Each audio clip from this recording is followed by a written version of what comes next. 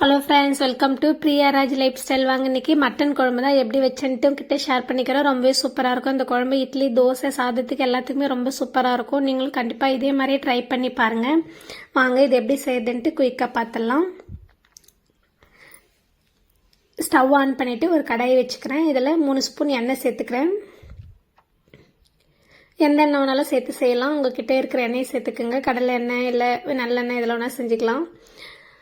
எண்ணெய் நல்லா சூடானதும் 1 ஸ்பூன் சோம்பு, 1 பட்டை, 2 ஏலக்காய் சேர்த்துக்கிறேன். இதை நல்லா பொரியட்டும். 10 சின்ன வெங்காயத்தை இந்த மாதிரி தோல் உரிச்சிட்டு 4 கட் பண்ணி சேர்த்துக்கிறேன். ரொம்ப பொடி பொடியாக கட் பண்ண வேண்டாம்.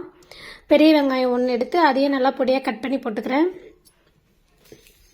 இதை நல்லா வதக்கி விட்டுக்கலாம். வெங்காயம் நல்லா வதங்கி வரணும், இப்போ தான் நல்லாயிருக்கும்.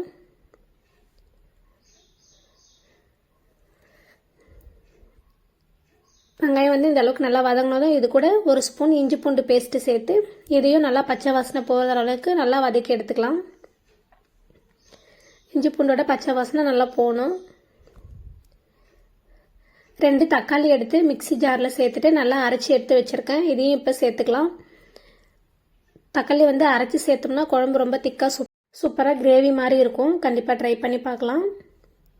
தக்காளி எண்ணெய் பிரிஞ்சு வர வரைக்கும் நல்லா வதக்கி எடுத்துக்கணும். அப்போ தான் நல்லாயிருக்கும். தக்காளி வதங்காமல் நாம் அடுத்த ஸ்டெப்புக்கு போயிட்டோம்னா நல்லா இருக்காது. இங்கே பாருங்கள், எண்ணெய் பிரிஞ்சு சூப்பராக வதங்கி வந்துருச்சு. தக்காளியோட கலரும் நல்லா சேஞ்ச் ஆகிடுச்சு. நான் மட்டனை நல்லா வேக வச்சு எடுத்து வச்சுருக்கேன். இதையே இப்போ மட்டன் மட்டும் சேர்த்துக்கிறேன். 1/4 கிலோ மட்டன் எடுத்துகிட்டு அதை நல்லா உப்பு போட்டு வேக வச்சு வச்சுருக்கேன். ஒரு 8 விசில் விட்டு எடுத்திருக்கேன். இதையும் நல்லா போட்டு ஒரு பரட்டிக்கலாம். இது கூடவே வீட்டில் அரைச்ச குழம்பு மிளகாய் தூள் போட்டுக்கிறேன். 2 ஸ்பூன். காரத்துக்கு ஏற்ப நீங்கள் சேர்த்துக்குங்க. இந்த மிளகாத்தூள் எப்படி அரைக்கணுன்ற வீடியோ நம்ம சேனலில் இருக்குது. கண்டிப்பாக செக் பண்ணி பாருங்கள். இது கூடவே 1/2 ஸ்பூன் மிளகுத்தூள், 1/2 ஸ்பூன் சீரகத்தூள், 1/2 ஸ்பூன் கரம் மசாலா சேர்த்துருக்கேன். நான் வீடியோவில் காட்ட மறந்துட்டேன். கண்டிப்பாக நீங்களும் சேர்த்துக்குங்க. மட்டன் வேக வச்ச தண்ணியை இப்போ சேர்த்துக்கிறேன். குழம்போட கன்சிஸ்டன்சி உங்களுக்கு எப்படி வேணுமோ பார்த்துட்டு இன்னும் கூட கொஞ்சம் தண்ணி ஆட் பண்ணிக்கிறேன். ஆட் பண்ணிவிட்டு நல்லா கலந்து விட்டுக்கிறேன். மட்டனில் ஆல்ரெடி நான் தண்ணி சேர்த்து தான் உப்பு சேர்த்து தான் வேக வச்சுருந்தேன். அதனால் கொஞ்சம் செக் பண்ணி பார்த்தா கொஞ்சம் கம்மியாக இருக்க மாதிரி இருந்துச்சு. அதனால் இப்போ உப்பு சேர்த்துட்டு அதையும் நல்லா கலந்து விட்டுக்கிறேன்.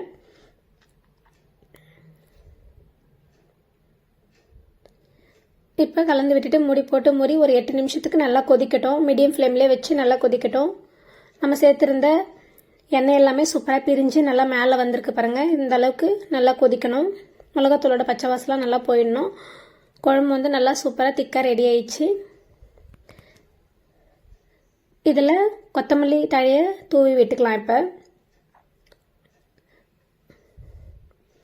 ஒரு கொத்தமல்லி தழையை தூவி விட்டு நல்லா கலந்து விட்டுக்கிறேன்.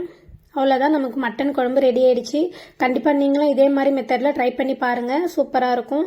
இட்லி, தோசை, சப்பாத்தி, சாதம் எல்லாத்துக்குமே ரொம்ப சூப்பராக இருக்கும். ட்ரை பண்ணி பார்த்துட்டு எப்படி இருந்துச்சுன்ட்டு கமெண்ட்டில் சொல்லுங்கள். கண்டிப்பாக இந்த வீடியோ உங்களுக்கு பிடிச்சிருந்தா நம்ம சேனலை மறக்காமல் சப்ஸ்கிரைப் பண்ணி சப்போர்ட் பண்ணுங்கள்.